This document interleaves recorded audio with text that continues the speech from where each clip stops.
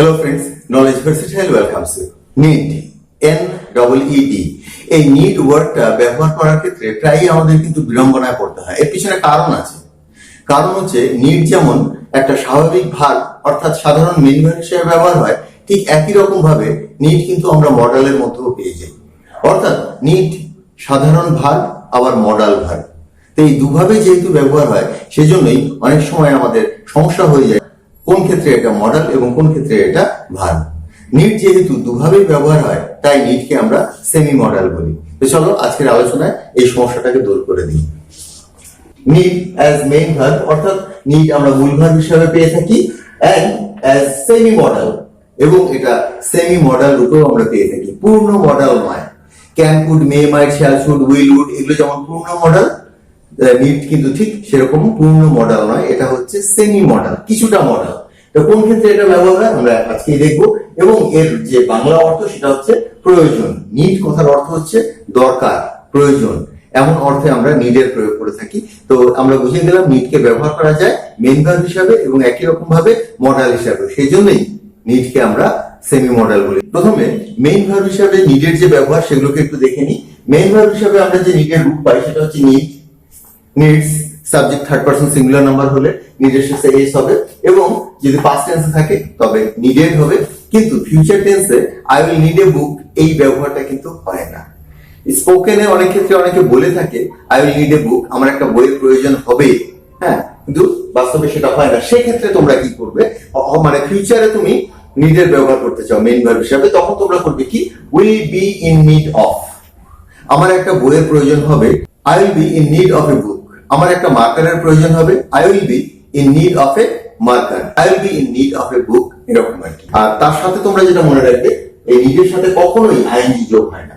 অর্থাৎ মূল ভার্ব হিসাবে আমরা নিডকে পেলেও এখানেও কিন্তু অনেক সীমাবদ্ধতা রয়েছে, লিমিটেশন রয়েছে। অর্থাৎ ফিউচার ফর্মে আমরা নিডকে পাচ্ছি না, আবার আইএনজি ফর্মে আমরা নিডকে পাচ্ছি না। তো নিডকে আমরা নিড, নিডস এবং নিডেড এই তিনটে ফর্মের মধ্যেই আমাদের রেখে আমাদের ব্যবহার করতে হবে। আর ফিউচারে বলে দিলাম ইন নিড অফ, এটা ব্যবহার করতে হবে, এই ফ্রেজটা ব্যবহার করতে হবে। আচ্ছা, আইএনজি যোগ হয় না কখনোই, এটা তোমরা বুঝে গেলে। এবার আমরা এক্সাম্পলে চলে আসছি।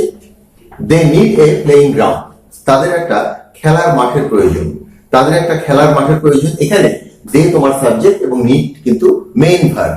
বাক্যে যেমন মেইন ভার্ব থাকে, যেমন হি গোজ টু স্কুল, গোজ যেটা সেটা তোমার মেইন ভার্ব, ঠিক একই রকম ভাবে দে নিড, নিডটা তোমার মেইন ভার্ব।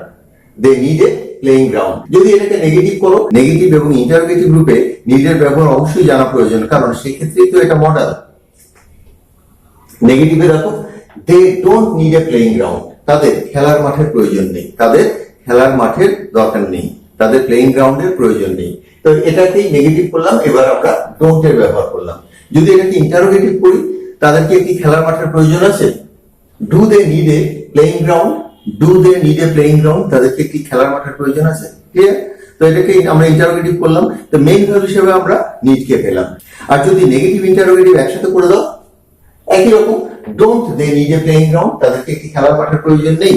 তো নিড এখানটা তোমরা দেখলে একটা স্বাভাবিক ভার্বকে যেভাবে আমরা ব্যবহার করতে পারি, ঠিক একই রকম ভাবে affirmative, negative, interrogative, negative, interrogative এই সমস্ত রকম ভাবেই কিন্তু আমরা নিডকে ব্যবহার করতে পারি। অন্যান্য সেন্টেন্সের ক্ষেত্রেও তোমরা এরকমই ব্যবহার করতে পারবে। আর একটা এক্সাম্পল দেখো, এবার সাবজেক্টে আমরা থার্ড পারসন সিঙ্গুলার নাম্বার রেখেছি শুধুমাত্র এটা দেখানোর জন্য যে নিডের শেষে এস যোগ করতে পারি কিনা, ডাজের ব্যবহার করতে পারি কিনা নেগেটিভ ইন্টারোগেটিভে, সেটাই। দেখো এবার, হি needs to do the work, তার কাজটি করা প্রয়োজন, তার কাজটি করা প্রয়োজন, হি needs to do the work. এরপর আসি নেগেটিভ। নেগেটিভ এবার থার্ড পারসন সিঙ্গুলার নাম্বার হলে, মানে subject third person singular number হলে যদি প্রেজেন্ট ইনডেফিনিট টেন্স থাকে তবে আমরা ডাজন্ট এর ব্যবহার করি। নেগেটিভে দেখো, he doesn't need to do the work, তো আমরা নিডের পর টু এর ব্যবহার করলাম, কারণ মডাল রূপে নিডের পর আমরা টু এর ব্যবহার করতে পারি না, কোন মডেলের পরই পারি না। তো এখানে আমরা নেগেটিভে কি করলাম, হি ডাজন্ট নিড, বা যদি আলাদা আলাদা করে লিখি, he does not need, he does not need to do the work, তার কাজটি করার প্রয়োজন নেই। এবার ইন্টারোগেটিভে চলে আসছি। Does he need to do the work, তার কি কাজটা করা প্রয়োজন? Does he need to do the work. Clear?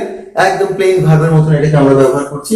Negative interrogative যদি করি, doesn't he need to do the work বা does he not need to do the work, এভাবে তোমরা লিখতে পারো।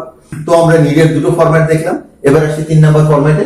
এবার পাস্টে চলে আসছি। নিডেড, হি নিডেড মানি, ছোট্ট একটা সেন্টেন্স, তার অর্থের প্রয়োজন ছিল, তার অর্থের প্রয়োজন ছিল হি নিডেড মানি। নেগেটিভ করলাম হি didn't need money, he did not need money, তার অর্থের প্রয়োজন নেই। এক্ষেত্রে দেখো ডিডের ব্যবহার করলাম এবং নিডের শেষ থেকে আমরা ইডিটাকে তুলে দিলাম, এখানে নিডেড ছিল কিন্তু এখানে শুধু need, he did not need money. সাধারণ বাক্যের ক্ষেত্রে আমরা যেমন পাস্ট সেন্টেন্স গুলোকে আমরা নেগেটিভ ইন্টারোগেটিভ করি, ঠিক একই রকম ইন্টারোগেটিভে কি করব, ডিড হি নিড মানি, তার কি অর্থের প্রয়োজন ছিল, এক্ষেত্রে ছিল he did not need money, তার অর্থের প্রয়োজন ছিল না। এক্ষেত্রে আসছি ডিড হি নিড মানি, তার কি অর্থের প্রয়োজন ছিল। এবার ডিডটাকে সামনে দিয়ে পুরো সেন্টেন্সটা লিখে দিলাম এবং একটা ইন্টারোগেটিভ সাইন। এবার নেগেটিভ ইন্টারোগেটিভ অর্থাৎ প্রশ্নবোধক আবার না বোধক দুটো একসাথে, ডিডন্ট হি নিড মানি, তার কি অর্থের প্রয়োজন ছিল না। তো তোমরা তিনটে ফরম্যাট দেখলে, নিড, নিডস এবং নিডেড, এগুলোকে নেগেটিভ ইন্টারোগেটিভ বা অ্যাফার্মেটিভ এই ফরম্যাট গুলোতে ফেললে কিভাবে এটাকে লিখতে হয়। নিড যেহেতু মডাল রূপেও ব্যবহার হয়, সেজন্য নিডের ফিউচার টেন্সে ব্যবহারটা নেই। তো যাই হোক, নিডকে ফিউচার টেন্সে ব্যবহার করতে গেলে কিভাবে করবে সেটা দেখানোর জন্য এই সেন্টেন্সটা দিয়েছি। I will be in need of money, আমার অর্থের প্রয়োজন হবে, আমার অর্থের প্রয়োজন পড়বে। I will be in need of money tomorrow, I will be in need of money tomorrow, আমার আগামীকাল অর্থের প্রয়োজন পড়বে। I will be in need of money tomorrow, আমার আগামীকাল অর্থের প্রয়োজন পড়বে। যদি এটাকে নেগেটিভ করি, I won't be in need of money tomorrow, I won't be in need of money tomorrow, আমার আগামীকাল অর্থের প্রয়োজন পড়বে না। যাই হোক, এখানে তোমরা উইল পেয়ে গেল, নেগেটিভ করলে এরপর নট বসিয়ে দেবে, যদি ইন্টারোগেটিভ করো উইলটাকে সামনে বসিয়ে দেবে, will I B in need of money tomorrow, আমার কি আগামীকাল অর্থের প্রয়োজন পড়বে। তো তোমরা প্যাটার্নটা পেয়ে গেলে। এবার আসছি আমরা সেমি মডালে। এক্ষেত্রে একটা জিনিস তোমাদের মনে রাখতে হবে, নিড যুক্ত সেন্টেন্সটা যদি অ্যাফার্মেটিভ হয় তবে কখনোই নিডটা মডাল নয়। যদি দেখো যে নিড যুক্ত সেন্টেন্সটা নেগেটিভ বা নেগেটিভ ইন্টারোগেটিভ দুটোই একসাথে, তবেই সেটাকে তোমরা মডাল রূপে ব্যবহার করতে পারো, আবার মেইন ভার্ব হিসেবেও ব্যবহার করতে পারো। দেখো এখানে সেমি মডাল রূপে নেগেটিভ ও ইন্টারোগেটিভ বাক্যে নিডের ব্যবহার হয়। এর অর্থ হচ্ছে একমাত্র নেগেটিভ সেন্টেন্স বা একমাত্র ইন্টারোগেটিভ সেন্টেন্সেই নিডকে তুমি মডাল রূপে ব্যবহার করতে পারো। যেহেতু এর ব্যবহারটা লিমিটেড, তাই এটাকে বলে সেমি মডাল। এক্সাম্পল দেখো, ইউ নিড নট গো, তোমার যাওয়ার প্রয়োজন নেই, তোমার যাওয়ার প্রয়োজন নেই, ইউ নিড নট গো। যদি এটাকে একটা সাধারণ ভার্ব হিসেবে নিতাম, you don't need to go, you don't need to go, you don't need to go, সেটা বললেও কারেক্ট হতো। কিন্তু এখানে কি বললাম, ইউ নিড নট গো, এই সেন্টেন্সটাও কারেক্ট। এই সেন্টেন্সটাকে যদি আমরা ইন্টারোগেটিভ করি তখন কি করবে, নিড ইউ গো, তোমার কি যাওয়ার প্রয়োজন, তোমার কি যাওয়ার প্রয়োজন, need you go. Negative interrogative যদি একসাথে করি, নিডন্ট ইউ গো, যাওয়ার কি, তোমার কি যাওয়ার প্রয়োজন নেই, তোমার কি যাওয়ার প্রয়োজন নেই, নিডন্ট ইউ গো। আচ্ছা, নো ইনফিনিটিভ টু, একটা জিনিস মনে রাখবে, সেমি মডাল রূপে নিডের যখন ব্যবহার হবে এর ক্ষেত্রে কিন্তু তোমরা টু এর ব্যবহারটা করবে না। You need not to go দিলে কিন্তু ভুল হয়ে যাবে। যদি এটাকে মেইন ভার্ব হিসেবে ব্যবহার করো তখন কিন্তু আবার টুটা ব্যবহার করতেই হবে। যেমন you don't need to go, যেমন আমরা এক্ষেত্রে করেছিলাম হি নিডস টু ডু, কিন্তু এক্ষেত্রে কিন্তু আমরা করতে পারবো না। যদি সেন্টেন্সটা নেগেটিভ হয় এবং সেটাকে তুমি মডাল হিসেবে ব্যবহার করেছো তখন কিন্তু টু এর ব্যবহার তোমরা করতে পারবে না। মডাল রূপে নিডকে যদি তোমরা পাস্ট টেন্সে ব্যবহার করতে চাও তখন শুধুমাত্র নেগেটিভের ক্ষেত্রে এটাকে ব্যবহার করতে পারবে এবং অনুশোচনা অর্থে এটাকে ব্যবহার করা হয়। অতীতে প্রয়োজন ছিল না, অর্থাৎ নিড মানে তো প্রয়োজন, অতীতে কোনো কিছু প্রয়োজন ছিল না বা অনুশোচনা অর্থে তোমরা কিন্তু এটাকে ব্যবহার করতে পারো, তখন কিন্তু এই নিডের সাথে একটা হ্যাভ এর ব্যবহার করতে হবে। কনস্ট্রাকশনটা দেখে নিই, সাবজেক্ট, তারপর নিড নট, তারপর একটা হ্যাভ এর ব্যবহার করতে হবে এবং ভার্বের থার্ড ফর্ম। কনস্ট্রাকশনটা কিন্তু সম্পূর্ণ ভিন্ন। তোমার সেখানে যাওয়ার প্রয়োজন ছিল না, you need not have gone there, you need not have gone there. তোমার লেখার প্রয়োজন ছিল না, you need not have written.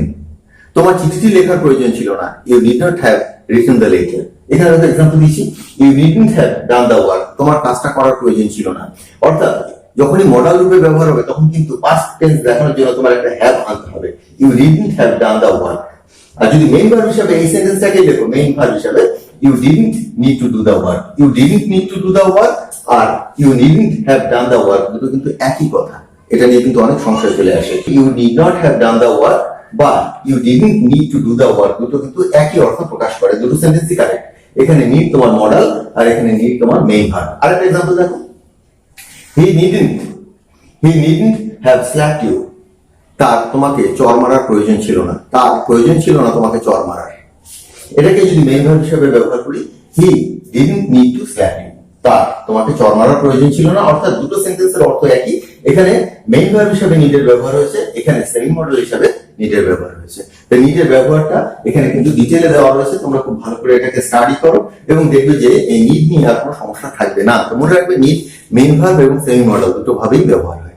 তো আজকের আলোচনা এখানে শেষ করছি, পরবর্তী আলোচনায় আবার যোগ দেবো। আমার পূর্ববর্তী ভিডিওর কিছু লিঙ্ক তোমরা নিচে ডেসক্রিপশনে পেয়ে যাবে, সেগুলোকে ক্লিক করে দেখে নিও, খুব ইম্পর্টেন্ট সেগুলো। And if you like the video, subscribe and hit bye. Thanks for watching.